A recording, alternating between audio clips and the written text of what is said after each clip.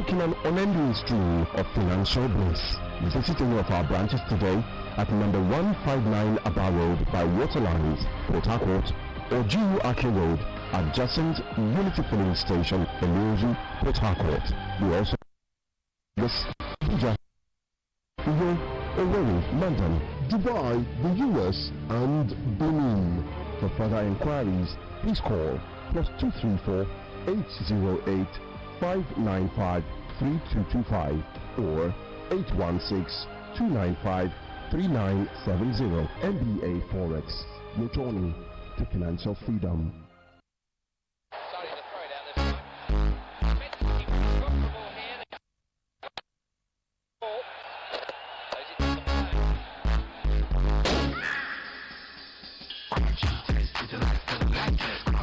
it doesn't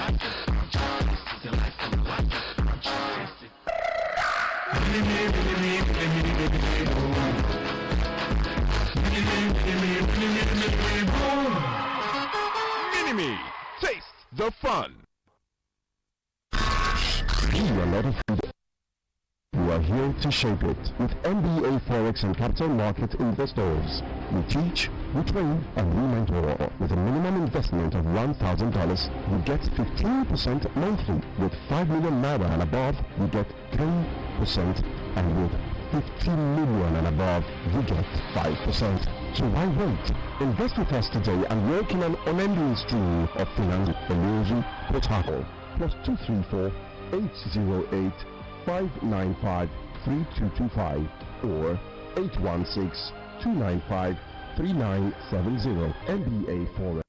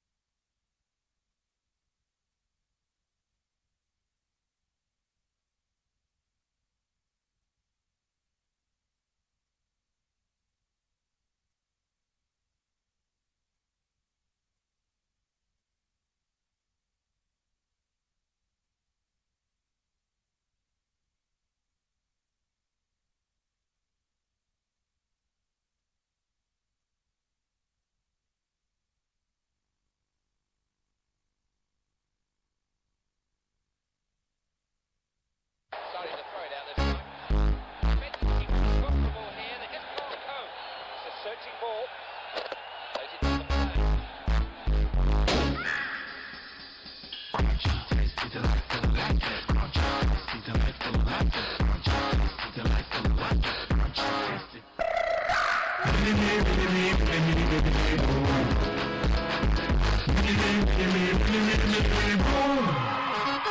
Mini-Me, taste the fun. Hey stars, the holiday season is here and it promises to be loads of fun on Star Time. Light up your imagination with amazing programs on ST Kids, Nickelodeon, Jim Jam, and Baby TV, and also stand a chance to win cool gifts in Star Times Kiddies Holiday Promo from 1st to 31st of August. Wondering how it works? Here's how. We charge 2 months from Basic Bouquet and stand a chance to win amazing gifts like 50,000 naira, school bags, or water bottles. That's not all. Kickstart the fun on ST Kids 7 days free viewing from 1st to 7th of August. Welcome to the home of fun. Star Times. Enjoy digital life.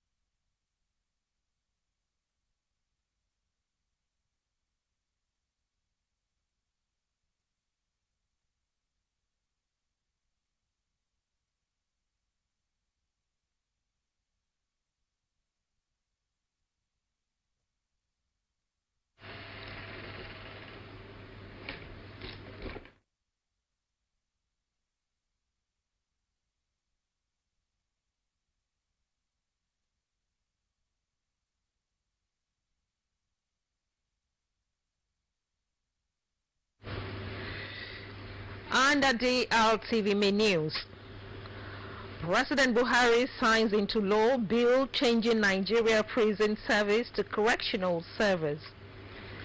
Nigeria Labour Congress calls on Nigerian president to intervene in minimum wage implementation.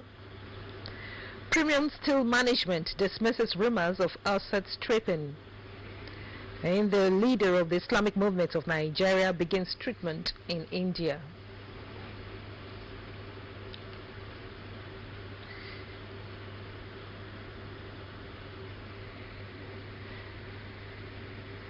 Hello, many thanks for joining us on the Drtv main news from Warri, Delta Rainbow Television for this hour. I am Christy Jaho Ayenuku. Welcome. President Muhammadu Buhari has signed into law the bill changing the Nigerian prison service to correctional service. The senior special assistant to the President on National Assembly matters, Senator Ita Enang, confirmed this development when he briefed newsmen in Abuja. According to him, the correctional service is made up of custodial and non-custodian service. The custodian service is to take custody and control of persons legally interned in safe, secure and humane conditions, conveying remand persons to and from courts in motorized formations. Also, to identify the existence and causes of antisocial behaviors of inmates, conducting risk and needs assessment, in behavioral modification in inmates through the provision of medical, psychological, spiritual and counseling services for all offenders, including prisoner on death, and for the service that will take care of the welfare of the inmates and workers. In the northeast, the reshuffle, which took effect from August 14, comes amidst pressure on the military to end the 10-year insurgency that has caused the nation much hardship in human and asset toll. According to reports, staff officers affected in the latest exercise include Bulama Biu, Major General and Commander of the Boko Haram War. He was immediately replaced by A.K. Ibrahim, a Brigadier General who was Lafiadol, an Acting General Officer to 3 Multinational Joint Task Force to act as commander of both units.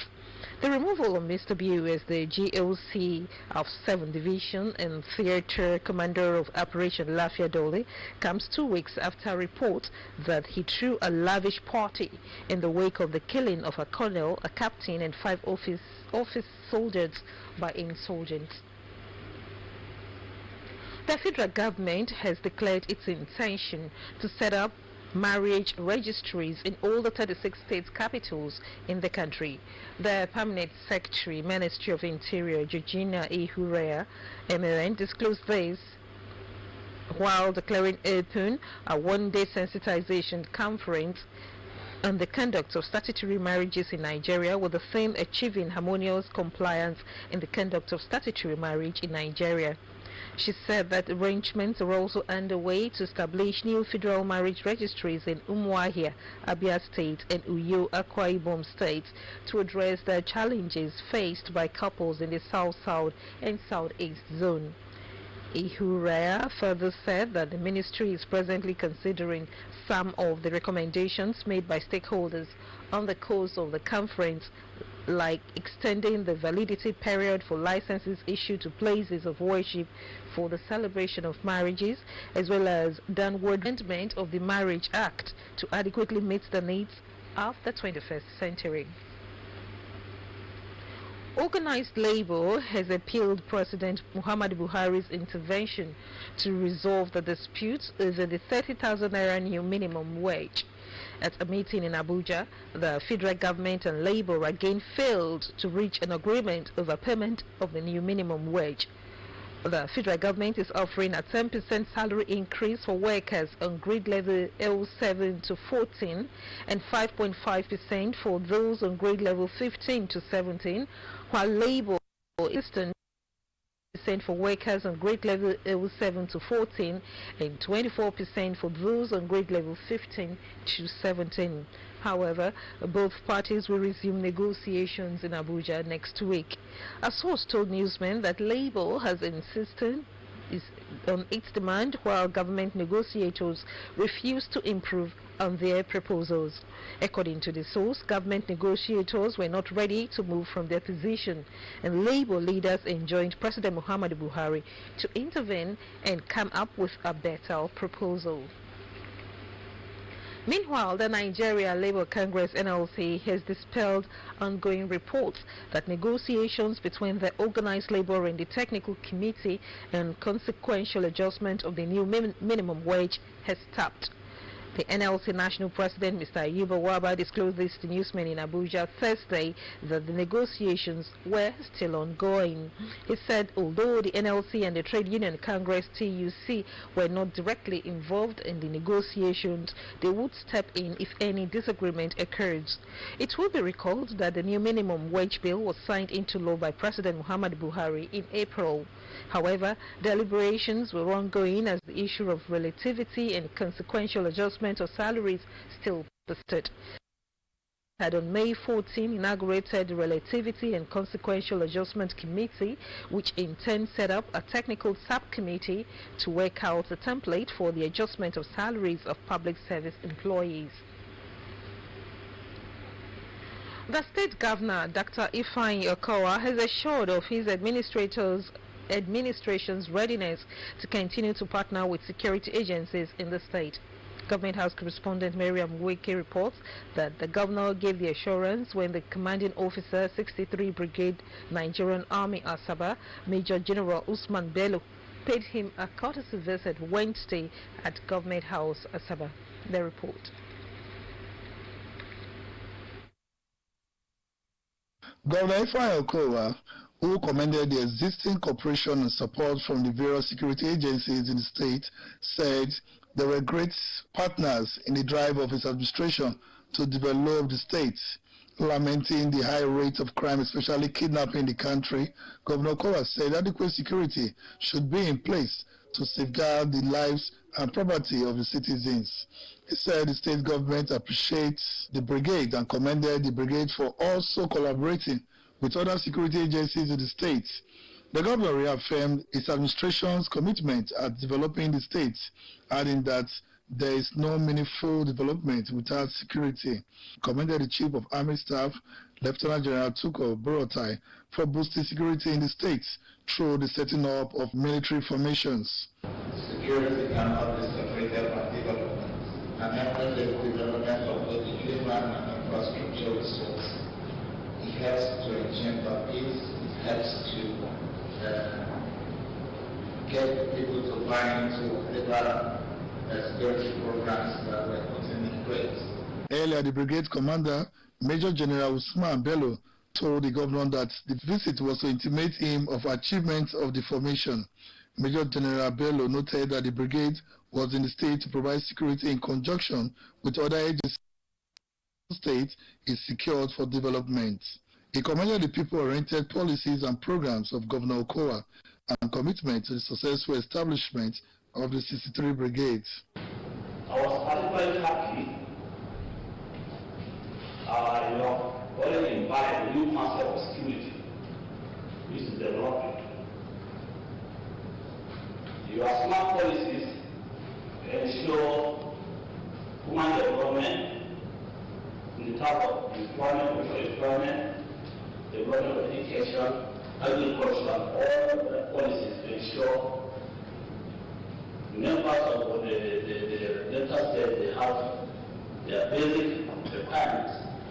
With this one, you have made my work very, very easy. Some members of the state's Executive Council and the Secretary of the State Government, Mr. Shedu Ibie, were present during the The Delta State Governor, Dr. Ifeanyi Okowa, has called for the resuscitation of the Warri Port, saying it is a key factor to the economic development of the state and the nation. Dr. Okowa made a call when the Olu of Warri Ogame in Kewali visited him in Asaba, the state capital. The report. Delta State Governor Dr. Ifeanyi Okowa, while emphasizing the need for functional ports, observed that with the congestion of the ports in Lagos, the federal government should revive Warri Port and other seaports in the country. to boost the nation's economy. He used the visit of the Olu of Warri, Ogiame Ekenwoli, to inform the monarch of his administration's commitment to meeting the yearnings of the people through projects that will impact positively. He disclosed his administration's commitment to the construction of Ugeye floating market. We have also recently created the Warri Special Development Agency. I think it's important because having some that agency that has a specific attention for the capital territory and witness the impact of keeping people busy, left and right at that area. I witnessed the impact of the last 3 years as such. I thought to also, why not just within trying to multiply it, is that to create a specific agency that will attend to worry to area. And I thank the House Assembly for showing it as quickly as possible. We started in the law, we have now appointed a board. The governor said the Trans-Warri Road is a project dear to him, and he will do his best to achieve it. Earlier, the Olu of Warri, Ogiame Ekenwoli, had congratulated the governor on his electoral victory and thanked him for the appointments given to his Shekiri sons and daughters. We want the first people to do a big effort to congratulate citizens. My people say that's not enough. You must come here and say congratulations, but it's not easy. The monarch assured the governor that he would ensure that peace reigns in his Shekiri kingdom for overall development. Premium steel operators are formal Delta Steel DSCs now making the run engaged in stripping and selling of assets of old DSC are not true. The Chief Executive Officer of the company PSML, Mr. Prasanta Mashura, at a media briefing with journalists in Udu, cleared the air about the replacement and sales of some obsolete equipment in the company's plants and non-core areas in the steel township. The report. In the last few months, the public, especially the social media, have been washed with rumor and allegation of asset stripping of the equipment of the former Delta State Company DSC, Omia Alaga, in Udu local government area by its present owner, Premium Steel and Mines Limited. Speaking to journalists at a media briefing, the Chief Executive Officer of Premium Steel and Mines Limited, Mr. Prasanta Mishra, said it is not true that his company is asset stripping the old DSC. Mr. Mishra said, rather, Premium Steel and Mines replaced old generators, modern ones to make the company function optimally. Also speaking, head of human resources, Mr. Ino Okudiri, said that it is funny that suppressors out there are spreading rumors that investing millions of naira into revamping the company is trying to run away.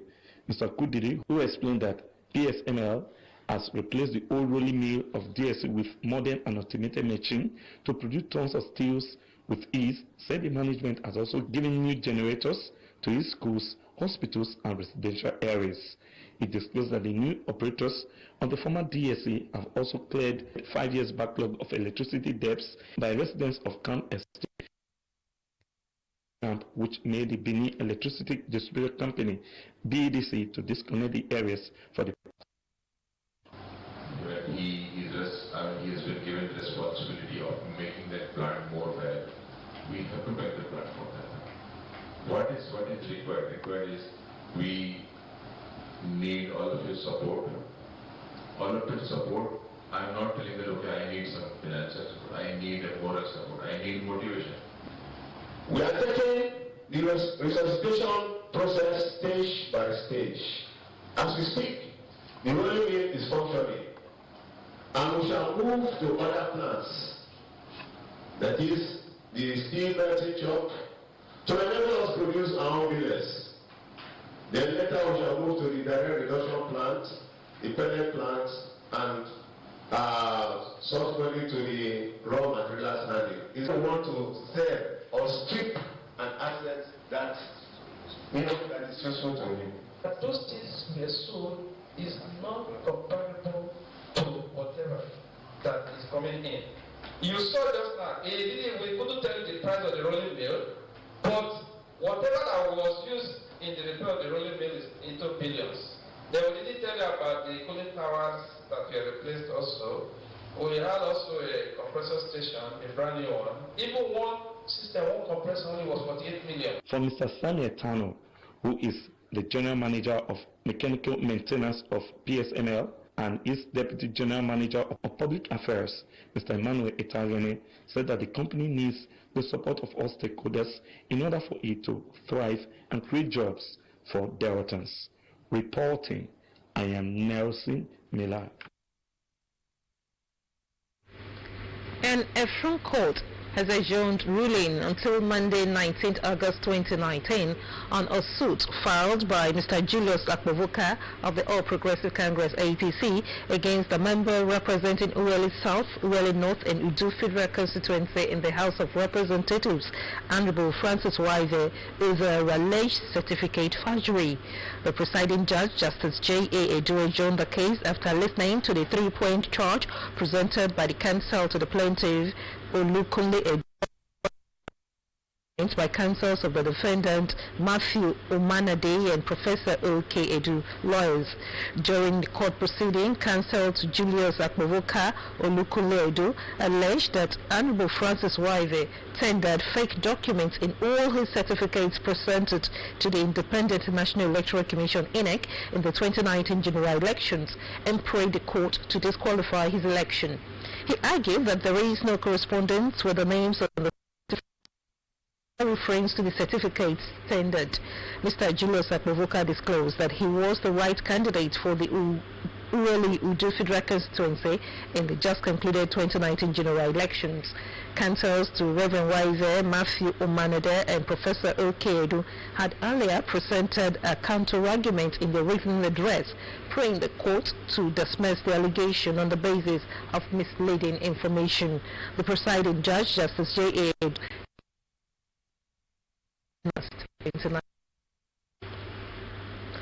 the Borno state government has donated some part of Sambisa forest for the controversial rural grazing area Ruga program.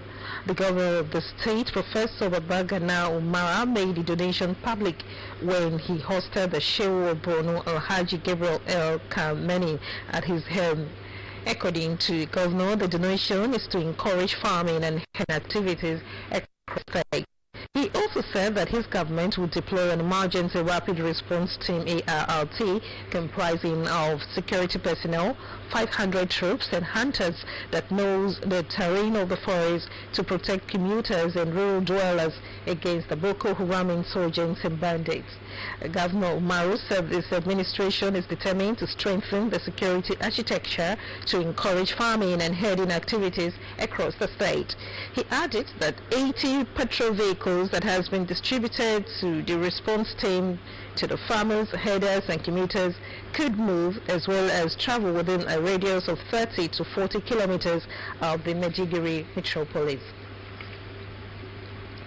Operatives of the Lagos State Police Command have arrested a woman accused of locking her 10-year-old cousin in a dog kennel. Lagos State Police Public Relations Officer Mr. Bala Elkana disclosed this in a statement Thursday, saying the arrest was made following a viral video showing the crime. He said on 13th August 2019, a team of detectives from the Gender Unit Command Headquarters Ikeja arrested one 24-year-old Onyinye Mbadike of number 7 Trinell Street, Aguda, for assault and child abuse. For her part, Onyinye also claimed to have locked up the boy for a few hours before bringing him out, alleging that the victim took an alcoholic drink in the refrigerator and was misbehaving. She added that the boy smashed the side mirror of her vehicle with a stone, which made her detail him detained him in the Doak Canal. Officer El Kaya said investigation revealed that the victim lost his parents and was brought to Lagos in 2012 from Anambra State by Onyinye's mother, along with 2 siblings. He noted that the suspect and the boy were cousins, adding that her mother was the elder sister of the victim's father.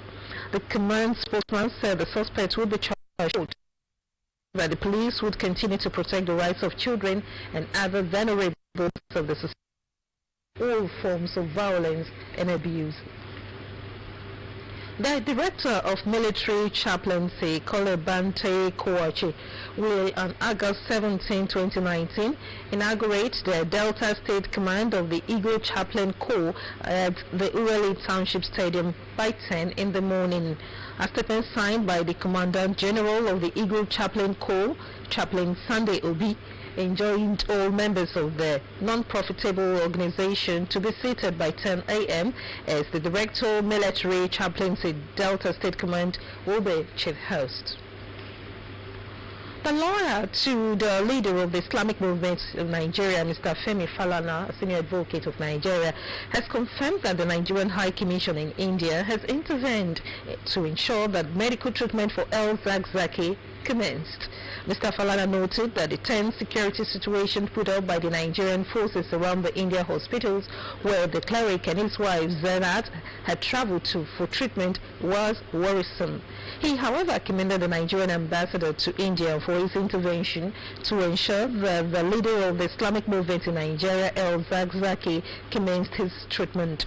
Meanwhile, El Zakzaki had refused treatment from unknown doctors arranged to treat him and his wife, aside those billed and booked to treat him before his departure from Nigeria. A member of the Islamic Human Rights Commission (IHRC) said the attitude of Indian government has portrayed El Zakzaki as a common criminal where no court in Nigeria has convicted him. IHRC said El Zakzaki disclosed that there is a bullet in his wife's body, stressing that there is also the need for her to get her 2 nail cap replaced amongst other ailments. According to the report, El Zakzaki also added that particles of bullets are in his eyes, hands and thighs. Honorable Abike Dabiri Erewa, Chairman Chief Executive of the Diaspora Commission (NIDCAM), has demanded for thorough investigation into the death of a Nigerian pastor in China, Joseph Wambweze, from the Chinese authorities. In a statement issued in Abuja by NIDCAM, head of media Abdul Rahman Balogu stated that the death of the Nigerian pastor based in China was condemnable. She said the killing of the Anambra pastor who was living with his wife Chingiri and 4 children in China by the Chinese security operatives must be thoroughly investigated and the culprits punished. Dabiri Erewa said that reports had it that the late pastor was doing his legitimate business in China and such there was no reason for his unjustifiable killing. She equally condemned the stigmatization of Nigerians living in China, saying those who were found guilty of the country's law should be prosecuted. 3 soldiers are said to have died when troops of the Operation Lafiadol averted a Boko Haram attack on Mola village in Borno State. The troops engaged the insurgents in a gunfight Wednesday night in Mamate, a deserted village near Maiduguri, the state capital. The insurgents, who came in large numbers, were on their way to attack Mulai, a settlement barely 2 kilometers before the gun duel broke out. Sounds of explosions and ammunition in the dead of the night had thrown not only Mulai residents into panic, but also some parts of Maiduguri. Soldiers around Mamate who had been on red alert had however faced their assailants squarely, foiling their plans to infiltrate Mulai village or go beyond. The gun battle, which began at about 10 p.m., is said to have lasted till 2:30 a.m. on Thursday when the last gunshot was heard. It is unclear how many casualties were recorded on the side of insurgents, but military sources confirmed that 3 soldiers were killed in the battle. At the time of this report, the spokesperson for Operation Lafiadol, Colonel Ado Issa, has yet to make any comment. Ahead of the commencement of the 12th All-African Games Morocco, President Muhammadu Buhari has tasked the country's contingent to the Games to win only clean medals for the country, as he urged them to avoid banned substances for induced performance. Correspondent Oris Esima Nereton has details of this and other sports reports. President Muhammadu Buhari, represented by the Secretary to the Government of the Federation, SGF, Boss Mustafa, while handing over the athletes to the Nigerian Olympic Committee, NOC, by the Federal Ministry for more honorable to keep integrity intact and compete without winning medals than be stripped much later of one medal as a result of drug abuse. He charged them to target the top of the medal tables, assuring that the team's welfare is paramount to the federal government, who is fully committed to its delegation's successful participation at this year's Africa's Game. President Muhammadu Buhari charged all athletes and team officials going to the Games to be worthy ambassadors of the country on and off the field of play. In a similar vein, Permanent Secretary, Ministry of Youth and Sports, Adeshola, who noticed that the athletes went through rigorous screening to the part of the team, expressed absolute confidence that Team Nigeria to the 12th All-African Games will deliver. Meanwhile, the president of the Nigerian Olympic Committee, Abu Gomel, who assured the president that the athletes will be adequately taken care of at Rabat, stressed that it is the first time the All-Africa Game will be used as qualifiers for Olympics. Hence, the team is targeting not only to win medals but also qualify for the Tokyo Olympics. A total of 562 athletes and officials will represent. The Falconets have departed the country for Morocco Thursday as they get set to battle Cameroon, South Africa and Zambia. The tournament. Host nation Morocco, Equatorial Guinea, Mali and Algeria are in Group A. It will be recalled that Nigeria's women team won the gold medal at the women's football tournament of the 8th All-Africa Games that the country hosted in October 2003. Repeating the feat in Algiers 4 years later, but the girls failed to qualify for the 10th All-Africa Games in Maputo in 2011 before finishing in 4th place in Brazzaville, Congo 4 years ago.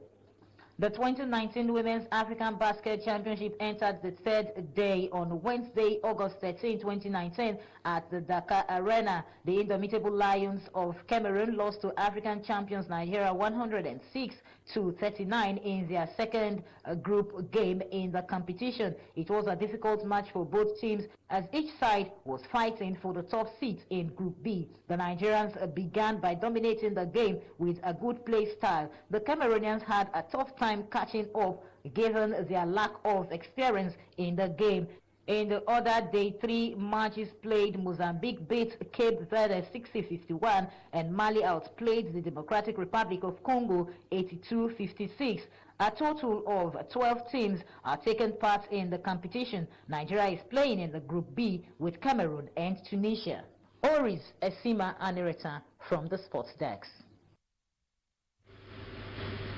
And still talking sports, Liverpool won the European Super Cup for the 4th time in their history by beating Chelsea 5-4 on penalties after a 2-2 draw in Istanbul. Goalkeeper Adrian kept Tammy Abraham's sports to secure victory for the Champions League winners. The report.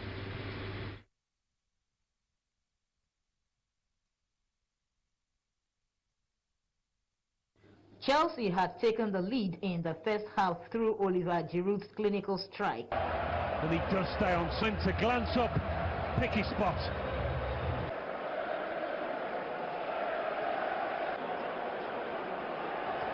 The Sadio Mane scored twice to give Liverpool the lead. Green. Fabinho. Here's Mane! Got the introduction of Roberto Firmino. Chelsea then came back to take the game to penalties, which favored Liverpool. Jorginho scores! It's not a clear and obvious mistake, given the benefit. It's Origi, and he's just squeezed. Looking at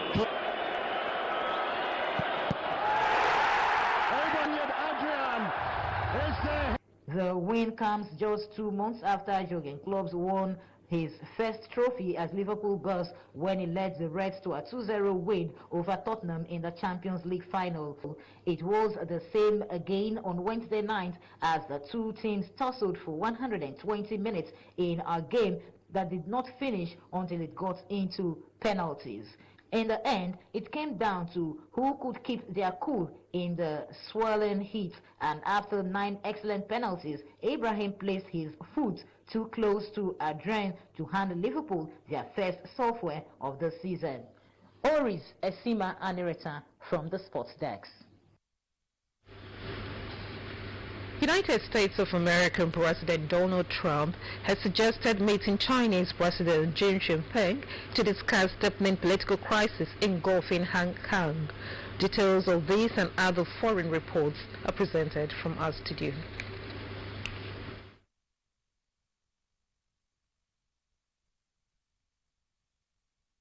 In a tweet, the U.S. president said that he was confident Mr. Xi could deal with Hong Kong's increasingly fractious protests quickly and humanely. Trump wrote that Mr. Xi is a great leader who very much has the respect of his people. The U.S. president's comments come after weeks of pro-democracy protests sparked by opposition to an extradition bill in Hong Kong, and violent clashes between police and protesters broke out on Tuesday night after days of peaceful demonstration at Hong Kong International Airport. The Chinese government has strongly criticized the protesters, calling their behavior close to terrorism. A suspect has been taken into custody after injuring 6 officers in a shootout in the U.S. city of Philadelphia. A video on social media reportedly shows the suspect, named by U.S. media as Maurice Hill, leaving the house with his hands in the air. A SWAT team had rescued 2 officers and 3 others who were trapped inside the home with the gunman as they urged the gunman to surrender for some hours before the standoff ended.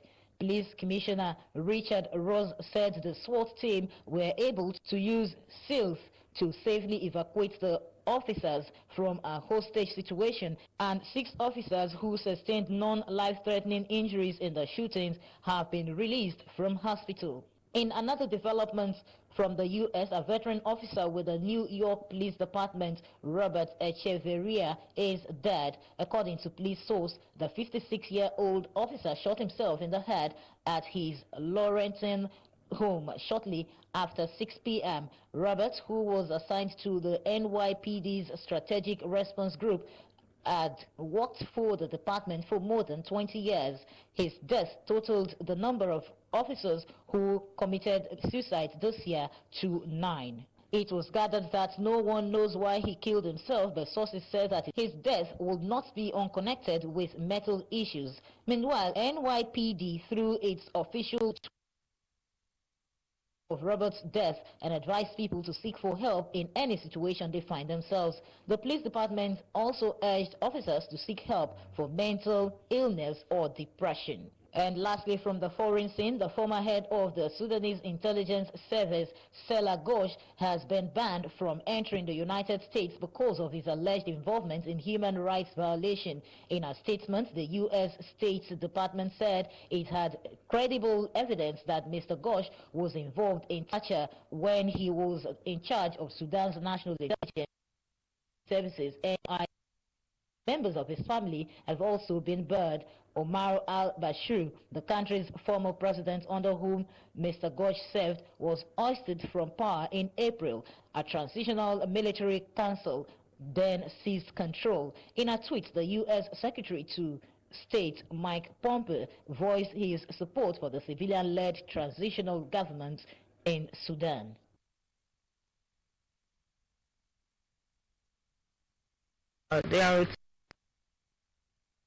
For a reminder of some of our top stories.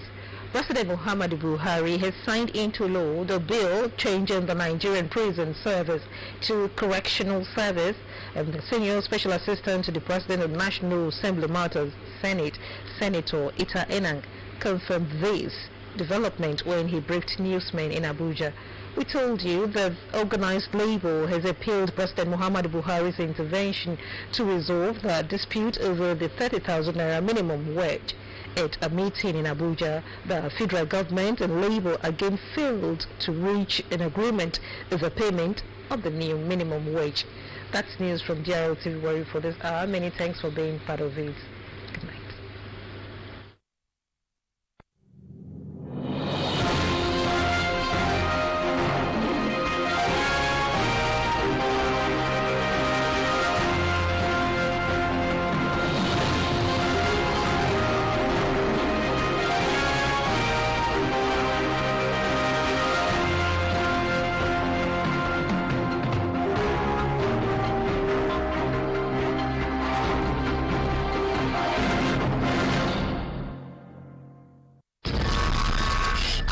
Not afraid of the future. We are here to shape it. With MBA Forex and Capital Market Investors, we teach, we train, and we mentor. With a minimum investment of $1,000, you get 15% monthly. With 5 million naira and above, you get 10%, and with 15 million and above, you get 5%. So why wait? Invest with us today and work in an unending stream of financial bliss. Visit any of our branches today at number 159 Aba Road by Waterlines, Port Harcourt, or GU Aki Road, adjacent Unity Filling Station, Eluji, Port Harcourt. We also have offices in Lagos, Abuja, Warri, Uyo, Owerri, London, Dubai, the US, and Benin.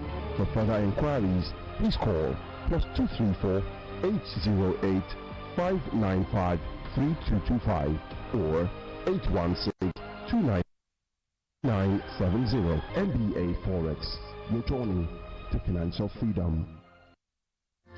Hey stars, the holiday season is here and it promises to be loads of fun on Star Time. Light up your imagination with amazing programs on ST Kids, Nickelodeon, Jim Jam,